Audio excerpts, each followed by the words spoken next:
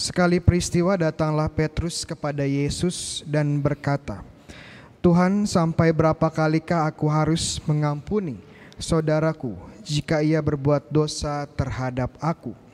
Sampai 7 kali?" Yesus berkata kepadanya, "Bukan. Aku berkata kepadamu bukan sampai 7 kali, melainkan sampai 70 kali 7 kali. Sebab hal kerajaan surga itu seumpama seorang raja yang hendak mengadakan perhitungan dengan hamba-hambanya. Ketika ia mulai mengadakan perhitungan itu, dihadapkanlah kepadanya seorang yang berhutang 10.000 talenta. Tetapi karena orang itu tidak mampu melunasi hutangnya, raja itu memerintahkan supaya ia dijual beserta anak istrinya dan segala miliknya untuk membayar utangnya. Maka sujudlah hamba itu menyembah dia. Katanya, 'Sabarlah dahulu, segala hutangku akan kulunaskan.' Lalu tergeraklah hati raja oleh belas kasihan akan hamba itu, sehingga ia membebaskannya dari dan menghapus hutang-hutangnya. Tetapi ketika hamba itu keluar, ia bertemu dengan seorang hamba lain yang berhutang 100 dinar kepadanya. Ia menangkapnya dan mencekik kawannya itu, lalu berkata, 'Bayar hutangmu.' Maka sujudlah kawannya itu dan memohon kepadanya, 'Sabar dahulu, hutangku itu akan kulunaskan.' Tetapi ia menolak dan menyerahkan kawannya itu ke dalam penjara sampai lunaslah segala hutangnya itu. Melihat itu, kawan-kawannya yang lain sangat sedih, lalu menyampaikan segala yang terjadi kepada tuan mereka. Maka raja itu menyuruh memanggil hamba yang pertama tadi dan berkata kepadanya, 'Hai hamba yang jahat, seluruh hutangmu telah kuhapuskan karena engkau memohon kepadaku. Bukankah engkau pun harus mengasihi kawanmu seperti aku telah mengasihi engkau?' Maka marahlah tuannya itu dan menyerahkan dia kepada algojo-algojo sampai ia melunaskan seluruh hutangnya. Demikianlah Bapakku yang di surga akan berbuat terhadap kamu apabila kamu masing-masing tidak mengampuni saudaramu dengan segenap hati." Demikianlah Injil Tuhan. Terpujilah Kristus. Saudara-saudara yang terkasih, bacaan Injil hari ini adalah kelanjutan dari bacaan Injil minggu lalu. Dan kalau teman-teman, saudara-saudari masih ingat, minggu lalu kita membahas tentang yang namanya correctio fraterna, ya, atau bagaimana menegur, mengkoreksi saudara atau saudari kita yang bersalah kepada kita, yang berdosa atau melukai kita. Sekarang pertanyaannya adalah, jika ada seseorang, ada saudara kita yang bersalah kepada kita, kemudian ditegur, dan setelah ditegur ternyata dia bertobat, ya, dia menyesal dan memohon maaf. Pertanyaannya sekarang, apa yang perlu kita lakukan terhadap orang yang meminta maaf ini? Jawabannya ada pada Injil hari ini. Jawabannya sebenarnya mudah, ya, kalau seseorang meminta maaf, ya dimaafkan. Dimaafkan. Pertanyaan kedua, kalau begitu pertanyaannya, sampai kapan atau berapa kali kita harus memaafkan seseorang yang meminta maaf kepada kita? Kemudian muncul tokoh yang biasa muncul di Injil, Petrus. Simon Petrus ini kan baru saja diangkat oleh Yesus sebagai batu fondasi gereja di Matius 16, jadi 2 bab sebelumnya. Dan mungkin Petrus sebagai batu fondasi, sebagai perdana menteri, sebagai paus pertama, ya pengen unjuk gigi sedikit sama Yesus. Lalu bilang ke Tuhan Yesus, "Tuhan Yesus, saya siap, ya, memaafkan saudara saya 7 kali." Wah, angka 7 kali ini sebenarnya sangat spesial, sangat besar. Kenapa? Kalau kita bandingkan dengan para rabi atau guru-guru bangsa Israel, guru-guru agama Taurat, ya, agama Yahudi, bagi mereka angka pengampunan yang paling tinggi itu 3 kali. Cukup 3 kali, lebih dari 3 tidak akan diampuni lagi. Tapi Petrus bilang 7 kali ya. 2 kali plus 1. Ini sebenarnya sudah luar biasa. Dan memang sepertinya Petrus bangga dengan jawabannya. Ya, mencoba mengimpress gurunya. Tetapi jawaban Yesus apa? Ya, tidak cukup hanya 7 kali. Di dalam bahasa Inggrisnya Jesus was not impressed ya. Bagi Yesus jawaban Petrus itu benar tetapi tidak cukup. Lalu Yesus bilang apa? Kalau kamu mau mengampuni teman kamu, sahabat kamu, tidak hanya 7 kali. Berapa kali? 70 kali 7 kali. Berapa itu? 490 ya. Ya pada intinya tidak terbatas. Tidak terbatas. Romo, bukankah mengampuni itu susah ya? Tapi kenapa Tuhan Yesus masih menyuruh kita mengampuni berulang kali? Bukankah itu suatu hal yang bodoh? Suatu hal yang sebenarnya tidak masuk akal, Romo. Jawaban Yesus kemudian dia jelaskan dengan sebuah perumpamaan. Dan perumpamaan ini sangat luar biasa. Kalau kita mengerti konteks sejarahnya, kalau kita mengerti ya kejutan di dalam perumpamaan ini. Kadang-kadang kita sudah sering mendengar sehingga kita tidak menghargai lagi perumpamaan-perumpamaan Yesus. Jadi ada seorang raja, kemudian dia membuat perhitungan dengan hamba-hambanya.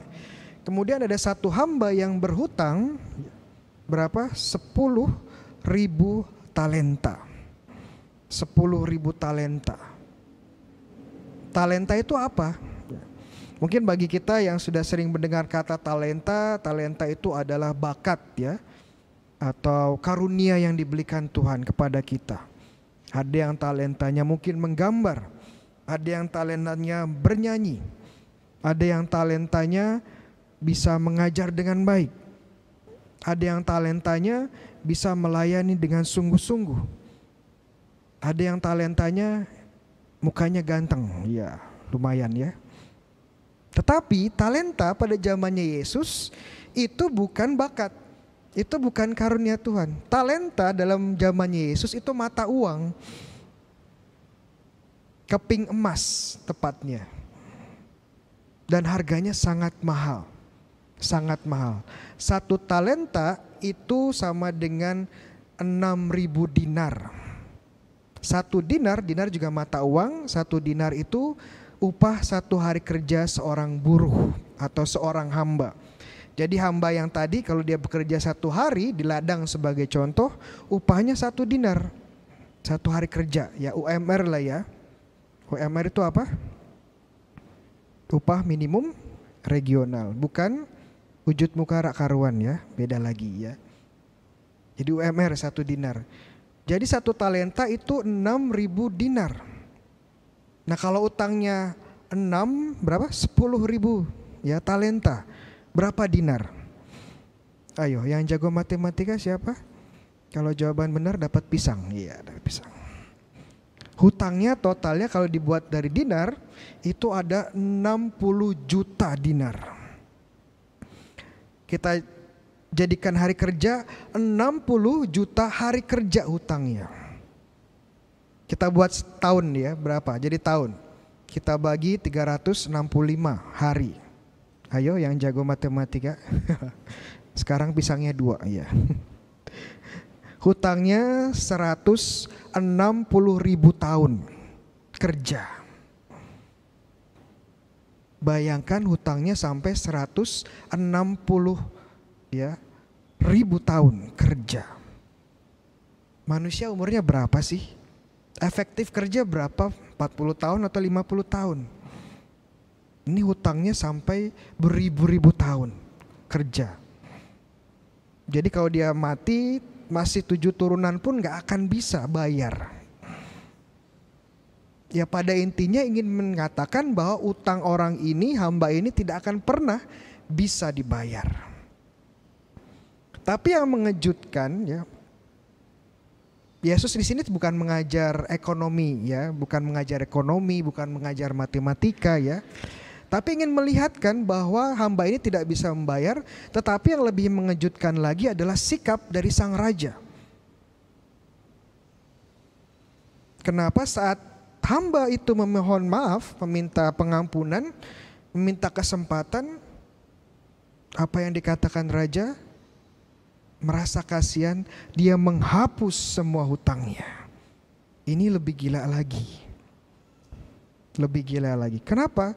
Coba kalau bapak-bapak atau teman-teman di sini, bapak ibu, ya, kemudian ada teman yang mengutang ya.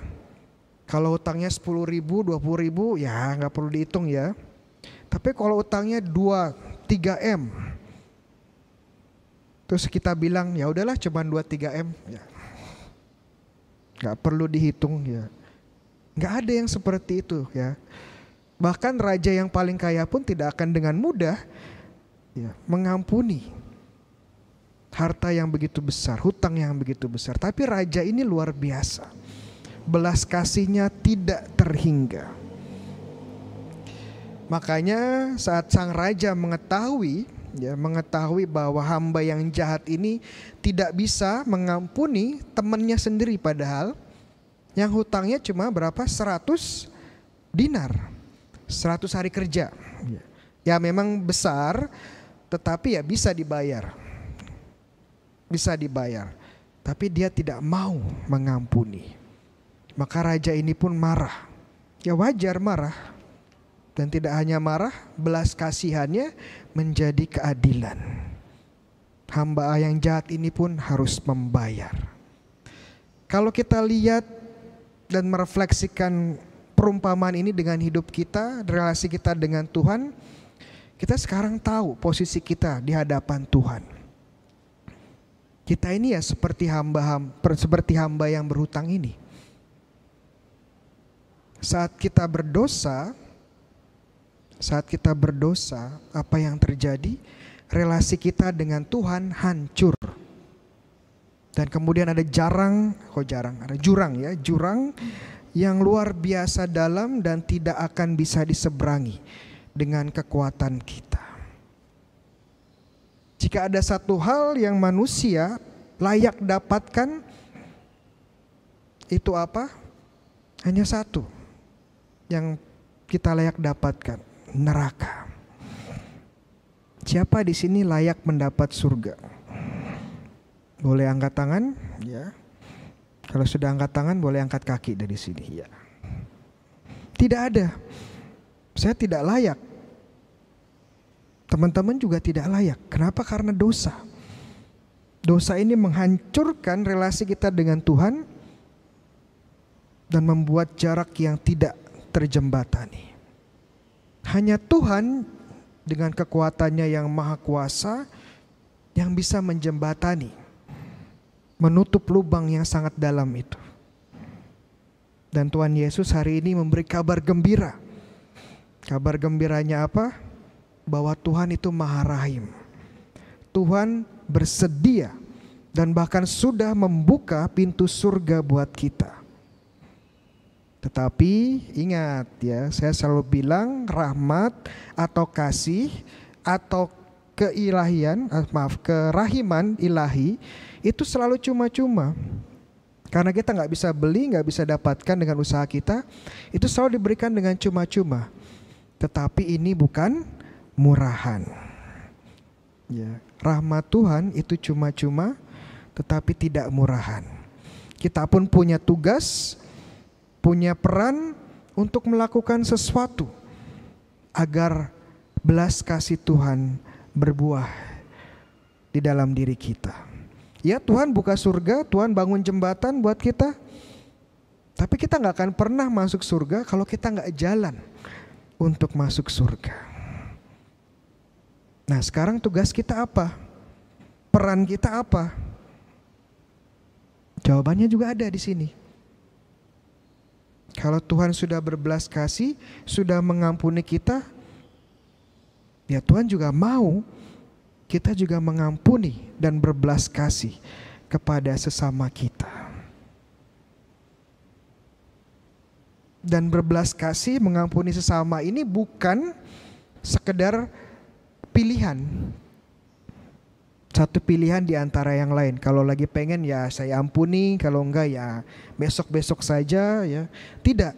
Ini satu-satunya pilihan yang menjadi basis kita diadili di hari terakhir. Ingat doa Bapa kami? Tiap hari doa Bapa kami, tapi sadar enggak? Ada satu kata di situ, kalimat mengatakan, berilah kami rejeki pada hari ini dan ampunilah kesalahan kami seperti kami pun mengampuni yang bersalah kepada kami. Kalau kita ingin diampuni, ya mengampunilah. Itu pilihannya dan satu-satu pilihan. Satu-satunya pilihan kita. Romo susah mengampuni. Romo gak mudah mengampuni. Iya betul. Siapa bilang gampang? Siapa bilang mudah? Enggak. Tetapi justru kualitas kasih, kualitas belas kasih itu baru kelihatan saat kita mampu mengampuni kepada mereka yang sudah menyakiti kita. Mungkin kita bisa belajar dari Yesus ya, bagaimana mengampuni ya, tipsnya bagaimana. Bukan dari saya tapi dari Tuhan Yesus ya. Ingat waktu dia disalib, ya waktu dia disalib, dia bilang apa sama kepada orang-orang yang menyalibkan dia? Apa yang Yesus lakukan? Apakah Yesus bilang ya besok kalian masuk neraka? Oh, tidak. Hari ini juga petir akan menyambar engkau. Tidak. Yesus bilang apa? Pada orang-orang yang sudah menyiksa, menyalibkan dia, dia berdoa buat mereka. Bapa, ampunilah mereka karena mereka tidak tahu apa yang mereka lakukan. Lukas 23:34. Mungkin tips sederhana ya. Kalau ada seseorang yang menyakiti kita, seorang yang membuat kita dendam, marah, memberi kepahitan dalam hidup, mulailah dengan mendoakan mereka. Ini tips dari Tuhan Yesus. Ya. Tapi doanya jangan seperti ini ya. Tuhan, semoga mereka engkau ambil secepatnya. Ya. Doanya bukan seperti itu ya. Doanya supaya mereka bertobat ya, supaya hatinya terbuka, supaya ada rekonsiliasi. Ini awalnya susah, tapi kalau kita mulai membiasakan diri berdoa bagi mereka, pelan-pelan hati yang penuh kemarahan, hati yang penuh dendam dan kepahitan pelan-pelan bisa dijernihkan dan dimurnikan. Mulai dengan langkah sederhana. Mulai dengan jalan yang diajarkan Tuhan Yesus. Mungkin satu hal untuk menutup, sedikit katekese tentang kitab suci, karena bulan ini adalah bulan kitab suci nasional BKSN September. Salah satu mitos yang kita sering dengar adalah bahwa orang Katolik itu tidak menghargai kitab suci. Benar gak sih orang Katolik tidak menghargai kitab suci? Ada yang bilang orang Katolik tidak punya kitab suci ya. Punya semua kan? Iya. Tapi kalau punya pun itu hanya disimpan di rak sampai berdebu. Ada yang bilang kitab suci itu adalah tempat yang aman untuk menyimpan uang. Ya. Kenapa? Karena nggak pernah dibuka. Ya. Ada yang bilang kitab suci hanya diterima saat acara-acara besar. Seperti pas menikah ya kan, dikasih salib rosari sama kitab suci. Tapi setelah itu nggak pernah dipakai, nggak pernah digunakan lagi. Malah satu kitab suci buat beberapa pasangan gitu ya, diulang-ulang. Benar nggak seperti itu? Ya mungkin ada kejadian-kejadian seperti itu, ya disayangkan. Tetapi bukan berarti gereja Katolik tidak menghormati kitab suci. Karena apa? Karena sejak awal gereja Katolik menyatakan bahwa kitab suci adalah sabda Allah. Ini penghormatan yang paling tinggi. Setiap kali kita mendengarkan, ya, lektor bilang apa setelah kita mendengarkan bacaan? Demikianlah sabda Tuhan. Ini sabda Allah. Dan kita bilang, iya, ini sabda Allah.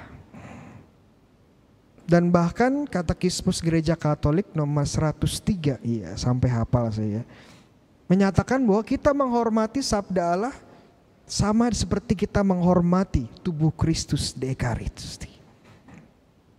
Tidak aneh, dan mungkin hanya di gereja Katolik kitab suci diarak di awal. Kemudian kitab suci didupai.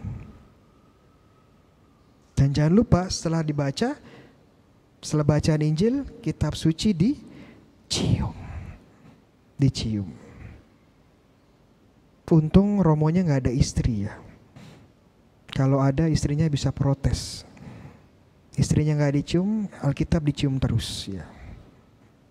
Ini menunjukkan betapa gereja Katolik memberikan hormat yang tertinggi kepada kitab suci, kepada sabda Allah. Jadi kalau ada yang bilang orang Katolik tidak menghormati kitab suci, itu tidak benar. Kita memberikan kehormatan tertinggi kepada kitab suci.